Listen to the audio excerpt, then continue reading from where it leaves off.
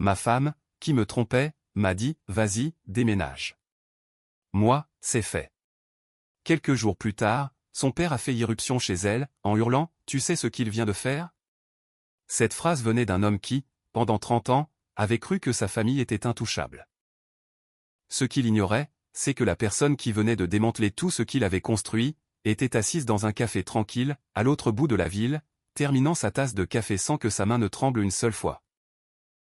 Voici l'histoire complète, celle de 8 années passées à être traité comme un étranger dans ma propre maison, et qui se sont terminées avec un portail en acier, une société de promotion immobilière, et une famille qui a enfin compris, précisément, à qui elle avait eu affaire pendant tout ce temps. Je m'appelle Marc. J'ai 41 ans, et pendant 8 ans, j'ai tout donné pour un mariage qui me traitait comme un locataire, payant un loyer dans une maison où je n'aurais jamais le droit d'accrocher un tableau au mur. Je travaillais sur des contrats d'infrastructure à distance, le genre de travail qui m'éloignait pendant des semaines entières, mais qui payait exceptionnellement bien. Et je versais chaque euro excédentaire sur un compte commun, que ma femme, Diane, considérait comme son budget de fonctionnement personnel. Je ne dis pas que j'étais parfait. Je dis simplement que j'étais présent, loyal, et financièrement responsable, à un point que la plupart des hommes que je connais trouveraient épuisant. Je pensais que cela comptait pour quelque chose. J'ai mis beaucoup trop de temps à comprendre que, dans le monde de Diane, une contribution sans démonstration de force était tout simplement invisible. C'est dans la cuisine que mon souvenir est le plus clair. Elle se tenait devant l'îlot central, dans cette cuisine que nous avions rénovée 2 étés auparavant, celle avec le plan de travail en quartz gris, que j'avais moi-même déniché après 3 week-ends à comparer les prix. Elle tenait une pomme gala dans une main, un petit couteau d'office dans l'autre, et elle la coupait avec une patience lente, délibérée, qui semblait presque théâtrale, compte tenu de ce qu'elle venait de dire. Ses yeux ne se sont jamais levés pour croiser les miens.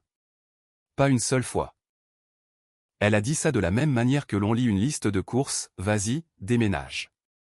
Comme si j'étais un service d'abonnement, qu'elle avait déjà décidé de résilier, et dont elle attendait simplement la fin du cycle de facturation. J'avais découvert sa liaison 6 semaines avant ce moment précis. Un gestionnaire de biens nommé Damien, qu'elle avait rencontré par le biais de l'agence immobilière de son frère. J'en avais eu la confirmation dès la 2e semaine. Des détails dans lesquels je n'entrerai pas, mais suffisamment accablants pour qu'aucune personne censée ne remette en question ce que je savais. J'avais passé ces 6 semaines à ne pas la confronter, à ne pas pleurer, à ne pas lancer d'accusations dramatiques au beau milieu de la nuit. J'avais passé ces 6 semaines à m'organiser. Alors, quand elle a prononcé ces quelques mots, debout face à ce comptoir, sans même me regarder, elle ne rendait pas un verdict. Sans le savoir, elle donnait le coup d'envoi. Je n'ai pas haussé le ton. Je n'ai pas claqué de porte de placard, je n'ai pas jeté de verre, je n'ai fait aucune de ces choses qui lui auraient donné une anecdote à raconter plus tard. J'ai marché dans le couloir jusqu'à notre chambre, et j'ai tiré mon vieux sac polochon en toile de sous le lit. Il était vert foncé, avec une fermeture éclair cassée sur la poche latérale gauche, que je n'avais jamais pris la peine de réparer, car je ne pensais jamais en avoir besoin à nouveau. Je l'avais acheté l'été de mes 23 ans, juste avant mon premier contrat de travail. Il était resté sous ce lit pendant 8 ans, comme une sorte d'artefact compressé de celui que j'étais, avant Diane. J'en ai secoué la poussière, et j'ai commencé à plier des chemises. Depuis la chambre, je pouvais entendre la cuisine. Le bruit du couteau s'est arrêté. Il y a eu un long silence, puis le son léger de la lame posée sur le plan de travail, puis plus rien. Elle ne s'attendait pas à ce que je parte vraiment. C'était sa première erreur. Elle avait imaginé que j'allais la suivre dans la cuisine, me tenir dans l'encadrement de la porte, peut-être plaider ma cause, ou essayer de négocier. Elle n'avait aucun mode d'emploi face à un homme qui, tout simplement, ouvrait un tiroir et commençait à prendre des décisions. J'ai fait mes bagages avec efficacité, 2 semaines de vêtements, mon ordinateur portable, mon disque dur externe, mon passeport, le dossier de documents financiers que j'avais déjà préparé, et une seule photo, prise lors d'un voyage en camping que j'avais fait seul, l'année précédant ma rencontre avec Diane. J'ai laissé tout le reste. J'ai fermé le sac, je l'ai soulevé par la bandoulière, et j'ai remonté le couloir jusqu'à la porte d'entrée. Elle se tenait alors dans l'encadrement de la cuisine, les bras croisés, avec une expression que je ne pourrais décrire que comme de l'irritation confuse. Comme un joueur d'échecs qui viendrait de voir son adversaire renverser l'échiquier, plutôt que d'accepter l'échec et mat. Je n'ai rien dit de dramatique. J'ai simplement dit, je te contacterai par l'intermédiaire de mon avocat. Puis, je suis parti. L'appartement que j'avais réservé à l'avance se trouvait à 15 minutes de là.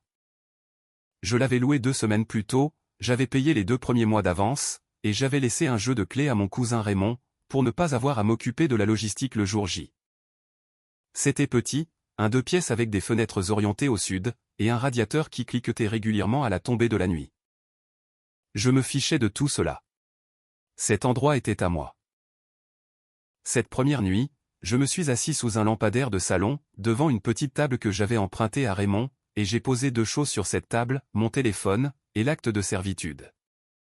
Le document était jauni au niveau des pliures, pour être resté dans le même porte-document en cuir pendant près de 10 ans. Mais le tampon officiel du service foncier, dans le coin inférieur, était encore net, toujours autoritaire, et légalement irréprochable. L'histoire de ce papier, je ne l'avais jamais racontée lors d'un dîner. 10 ans plus tôt, avant même que Diane et moi ne soyons fiancés, la ferme de sa famille avait subi un coup dévastateur. Une violente tempête de printemps avait emporté l'unique chemin d'accès, celui qui reliait leur propriété à la route départementale. La tempête ne l'avait pas seulement endommagé, elle l'avait littéralement dissous. Les bus d'écoulement s'étaient effondrés, le nivellement était entièrement érodé, et les devis de réparation affichaient des montants qui avaient fait pâlir le père de Diane, un homme nommé René, l'espace d'un week-end. Ce chemin n'était pas un détail. Chaque véhicule de livraison, chaque fournisseur d'aliments pour bétail, chaque service vétérinaire, chaque acheteur de bovins, et chaque pièce d'équipement dont dépendait la ferme, utilisait exclusivement cette route. Sans elle, la propriété était, dans les faits, enclavée. René avait des options sur le papier, mais en pratique, elles étaient soit hors de prix, soit soumises au bon vouloir de propriétaires voisins, qui n'avaient aucune envie de coopérer. Il était désespéré, de cette manière dont les hommes fiers tombent dans le désespoir, bruyamment, et avec maladresse. À l'époque, je venais de signer un gros contrat, et j'avais 240 000 € d'économies disponibles. J'étais avec Diane depuis 2 ans, et j'aimais bien René à nos débuts. Il était bruyant, il avait des avis sur tout, mais il n'était pas encore désagréable avec moi. J'ai proposé de financer la totalité des réparations de la route, jusqu'au dernier centime. La condition était simple, et je l'ai rédigée dans un langage juridique clair, avec l'aide d'un notaire de confiance, les droits de servitude totale sur le chemin seraient transférés à mon nom. Pas un accès partiel, mais l'intégralité des droits d'accès légaux, enregistrés au cadastre. Sans clause d'expiration, et sans aucun mécanisme d'annulation possible, sans mon consentement écrit. René a trouvé que c'était la chose la plus drôle qu'il ait jamais entendue. Il a tapé du poing sur la table, il a ri de la façon dont rient les hommes lorsqu'ils sont certains de faire la meilleure affaire, et il a signé le document, sans même le lire attentivement une seule fois. Sa femme, la mère de Diane, Hélène, m'a préparé une tarte aux myrtilles le lendemain après-midi. Elle m'a dit que j'étais le jeune homme le plus formidable que sa fille ait jamais ramené à la maison. Je l'ai remercié, et je me suis rendu au service de la publicité foncière la semaine même, pour m'assurer que le transfert était correctement acté. Moins de 2 ans plus tard, l'histoire avait été entièrement réécrite. La route avait été réparée. La ferme était de nouveau opérationnelle. Et mon nom avait été discrètement effacé de la mythologie familiale. René a commencé à raconter des versions de l'histoire, où ce sauvetage n'était que le fruit de sa propre débrouillardise. Il se pavanait dans les foires agricoles et sur les parkings de l'église, racontant à qui voulait l'entendre, qu'aucun étranger n'avait le moindre droit sur ce que sa famille avait bâti. Il l'a répété si souvent, que je crois qu'il a fini par y croire lui-même. Je l'ai laissé parler. Je n'ai jamais rétabli la vérité. Je savais simplement ce que l'administration foncière savait. Le papier n'oublie pas, contrairement aux gens quand ça les arrange. Le soir où j'ai déménagé, assis sous cette lampe avec le document sous les yeux, j'ai passé un seul coup de téléphone. J'ai appelé un homme nommé Étienne Prévost, un promoteur immobilier commercial avec qui j'avais travaillé, de loin, sur un projet, 7 ans auparavant. Nous étions restés vaguement en contact au fil des ans, un email de temps en temps, un déjeuner quand nous nous trouvions par hasard dans la même ville. Étienne était le genre d'homme qui comprenait l'accès foncier, de la même façon que les chirurgiens comprennent l'anatomie. Il savait que le contrôle d'un point d'entrée valait souvent bien plus que le terrain lui-même. Je lui ai dit que je détenais, à titre privé et avec un enregistrement légal, les droits d'accès à une vaste parcelle de terres agricoles. Pas de clause d'expiration, pas de faille juridique, un titre de servitude impeccable. Il est resté silencieux pendant exactement 4 secondes. Je les ai comptés. Puis il a dit, envoie-moi les détails. Sa voix avait baissé d'un demi-ton, comme le font les voix de ceux qui vous accordent soudainement toute leur attention. 3 jours plus tard, nous nous sommes retrouvés dans l'étude d'un notaire, coincé entre un pressing et une boulangerie artisanale fermée, dans une petite rue du centre-ville. Les stores étaient à moitié baissés pour contrer la lumière de l'après-midi, et la pièce sentait l'encre d'imprimante et la vieille moquette. Il n'y avait rien de prestigieux. Nous nous sommes assis face à face, de chaque côté d'une table pliante, et j'ai cédé les droits de servitude à la société de promotion d'Étienne. En échange, j'ai reçu un virement bancaire unique de 180 000 €. Cette somme a atterri sur un compte personnel distinct, que j'avais ouvert 2 semaines plus tôt, bien avant d'avoir signé le moindre bail pour mon appartement. Le temps de rentrer chez moi et de me préparer une tasse de thé, les fonds étaient validés. L'après-midi même, un grand portail en acier a été érigé à la lisière du bois, là où la route départementale rejoignait le chemin d'accès. C'était une véritable infrastructure, pas un simple cadenas sur une chaîne. Un agent de sécurité privée, en uniforme, était posté dans une petite guérite juste à côté. Il disposait d'une grille tarifaire imprimée, rédigée par l'équipe juridique d'Étienne. Les tarifs n'étaient pas punitifs en apparence. Ils étaient simplement réalistes. Ils reflétaient ce que valait réellement, sur le marché libre, un accès exclusif et légal à une voie privée. Les camions de livraison d'aliments pour bétail ont été les premiers à faire demi-tour, car leurs chauffeurs étaient des employés qui suivaient les règles de leur entreprise. Et ces règles ne prévoyaient pas d'absorber des frais de péage imprévus, qui n'avaient pas été budgétés. Leurs répartiteurs ont appelé la ferme. René leur a dit de payer la taxe. Les répartiteurs ont appelé leur service comptabilité. La comptabilité a refusé. Les camions ont été déviés ailleurs. Ensuite, ce sont les acheteurs de produits agricoles qui ont commencé à passer des coups de fil. Leurs contrats existants avec la ferme n'avaient anticipé aucun changement dans la logistique d'accès, et ces nouveaux frais créaient des complications, qui rendaient leur partenariat soudainement non rentable. 2 des 3 acheteurs ont annulé leur contrat dans les 10 premiers jours. En moins de 3 semaines, les récoltes destinées au marché pourrissaient sur pied. Et la météo n'était pas favorable à des solutions de remplacement. L'élevage de bétail était maintenu au strict minimum. En effet, René avait décidé d'hypothéquer la maison familiale pour couvrir les frais de péage, et il avait contracté un prêt à court terme, afin de garder les opérations essentielles techniquement en vie. La banque principale de la ferme avait appelé 2 fois en une semaine. Elle avait remarqué une soudaine anomalie dans les mouvements du compte, et exigeait des clarifications. C'est alors qu'Étienne a augmenté les tarifs d'accès de 20%. Le timing était chirurgical, et parfaitement légal. La notification a été envoyée 48 heures à l'avance, comme l'exigeait la loi.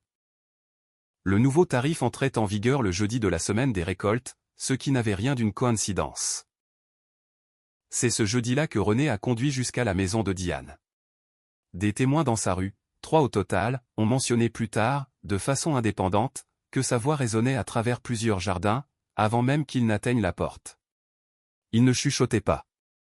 Il n'était pas maître de lui. 30 années passées à croire que son nom de famille était une armure, venait de se fracasser contre l'administration foncière, et la collision faisait un bruit assourdissant. Diane m'a appelé 4 minutes après l'arrivée de René. Je n'ai pas répondu. J'étais dans un petit café que j'avais commencé à fréquenter le matin. Le genre d'endroit avec des chaises dépareillées, un menu écrit à la craie sur une ardoise, et une machine à expresso qui parfumait toute l'entrée de la boutique, avec une odeur qui donnait un sens au réveil. J'avais un café crème devant moi, mes mains reposaient sur la table, et elles étaient d'une immobilité absolue. J'ai regardé son prénom s'afficher sur l'écran de mon téléphone, j'ai attendu qu'il s'éteigne, puis j'ai retourné l'appareil face contre table, et j'ai terminé mon café. Elle a appelé 3 autres fois, au cours des 2 heures suivantes. Puis, René a appelé avec son propre téléphone. J'ai trouvé cela remarquable, car René n'avait pas composé mon numéro, de son plein gré, depuis au moins 4 ans. Je n'ai pas répondu à cet appel non plus. Ensuite, j'ai reçu un SMS du frère de Diane, dont le nom était Guillaume, et qui avait toujours été cordial avec moi, d'une manière superficielle en laquelle je n'avais jamais totalement eu confiance. Le message disait, « Marc, tu dois arrêter ça. C'est de la folie. » Je l'ai lu une fois, j'ai posé le téléphone, et j'ai commandé un deuxième café. Ce qu'aucun d'eux n'avait encore assimilé, c'est qu'il n'y avait rien à arrêter. La transaction était terminée. Le transfert de servitude avait été correctement enregistré. La société d'Étienne possédait désormais les droits d'accès, en toute légalité et dans leur intégralité. Peu importe l'argument moral que la famille voulait avancer, concernant l'équité, la loyauté familiale, ou l'esprit de l'accord initial. Ce n'était tout simplement pas un argument juridique. René avait ri, et il avait signé. L'État avait validé. Des centaines de milliers d'euros de travaux d'infrastructure, et 10 ans à être traités comme un figurant dans leur histoire familiale, trouvaient aujourd'hui leur conclusion. Et cette conclusion était classée par ordre alphabétique, dans un bâtiment gouvernemental du centre-ville. Diane a engagé un avocat dans la semaine. Ce conseil était méticuleux, de toute évidence compétent, et il est revenu vers elle avec une conclusion qui, j'imagine, n'a pas dû être facile à annoncer. La servitude était inattaquable. Mon nom n'y figurait même plus, ce qui signifiait que je n'étais même pas la bonne cible pour une quelconque action en justice. La société d'Étienne était le titulaire officiel des droits. Tout litige devrait être dirigé contre un promoteur immobilier commercial, disposant d'une armée d'avocats, et n'ayant aucun lien personnel avec cette situation. Selon ce qui m'est parvenu par l'intermédiaire de Raymond, l'avocat aurait dit à Diane, que c'était l'un des transferts de propriété les plus propres qu'elle ait eu à examiner depuis des années. René a passé 2 semaines à chercher une faille qui n'existait pas. Il a contacté 2 autres cabinets d'avocats. Il a fait une demande auprès du Centre des impôts fonciers. Il a même appelé un représentant de la Chambre d'agriculture régionale, ce qui était d'une véritable créativité, mais totalement inutile en l'espèce. Chaque porte qu'il ouvrait menait à la même pièce, le document était valide, la cession était parfaite, et les droits appartenaient à quelqu'un qui n'avait aucune obligation de négocier avec lui. Le divorce en lui-même a été relativement simple. Diane avait supposé, je crois, que c'est moi qui me retrouverais en difficulté financière. Elle ignorait l'existence de mon compte séparé. Elle ne savait pas que j'avais discrètement restructuré ma vie financière pendant 6 semaines, bien avant de franchir le pas de la porte. J'avais une avocate spécialisée dans les règlements à l'amiable, extrêmement douée dans son domaine. Le processus, bien que désagréable, n'a pas été le désastre financier que Diane avait apparemment prévu pour moi. J'ai quitté ce mariage avec ce qui m'appartenait. Elle a gardé la maison, ce pourquoi elle s'était battue avec acharnement. Je ne m'y suis pas opposé, car je n'avais aucune envie de vivre dans une maison avec un plan de travail en quartz gris, que je passerais le reste de ma vie à associer à une femme coupant une pomme, sans même daigner me regarder. La situation de la ferme s'est résolue d'elle-même dans les mois qui ont suivi, de la manière dont les situations intenables finissent généralement par se régler. René a finalement contacté la société d'Étienne, via un intermédiaire, pour négocier un accord d'accès à long terme. Étienne, il faut le reconnaître, a géré cela de manière très professionnelle. Il n'a pas été cruel. Il a proposé une grille tarifaire nettement plus gérable que celle du marché ouvert, en échange d'un contrat de 10 ans qui verrouillait la ferme sur des conditions prévisibles. René a signé. Il n'avait aucune autre option réaliste. La famille a conservé les terres et la maison. L'exploitation a survécu, amoindrie, mais fonctionnelle. Ce qui n'a pas survécu, c'est la mythologie que René entretenait sur l'indépendance de sa famille et son autosuffisance. Cette légende a discrètement pris sa retraite. J'ai eu des nouvelles de Diane une dernière fois, après la finalisation du divorce. C'était un court email. Il ne contenait pas d'excuses, ce à quoi je ne m'attendais pas de toute façon. Elle m'écrivait qu'elle espérait que je comprenais que sa famille n'avait pas eu l'intention d'effacer ma contribution, toutes ces années auparavant, et qu'elle espérait que nous pourrions tous les deux, un jour, tourner la page. J'ai lu ce message dans ce même café, à cette même petite table près de la fenêtre, avec le même bruit de machine à expresso en fond sonore. J'ai pensé à beaucoup de choses. Au sac polochon sous le lit. À la tarte que Hélène avait cuisinée. À la façon dont René avait ri en signant le document, certain qu'il était en train de gagner quelque chose. J'ai répondu par une seule phrase, « Je comprends tout à fait, Diane. » Et c'était vrai. Je comprenais parfaitement. j'ai fermé mon ordinateur portable, j'ai terminé mon café, et je suis sorti dans un de ces mardis après-midi si ordinaires, mais qui, rétrospectivement, ressemblent au premier véritable matin de quelque chose de nouveau. Le soleil ne faisait rien d'extraordinaire. Des gens promenaient leurs chiens, portaient leurs courses, et attendaient le bus. Personne dans cette rue ne savait ce qui venait de s'achever.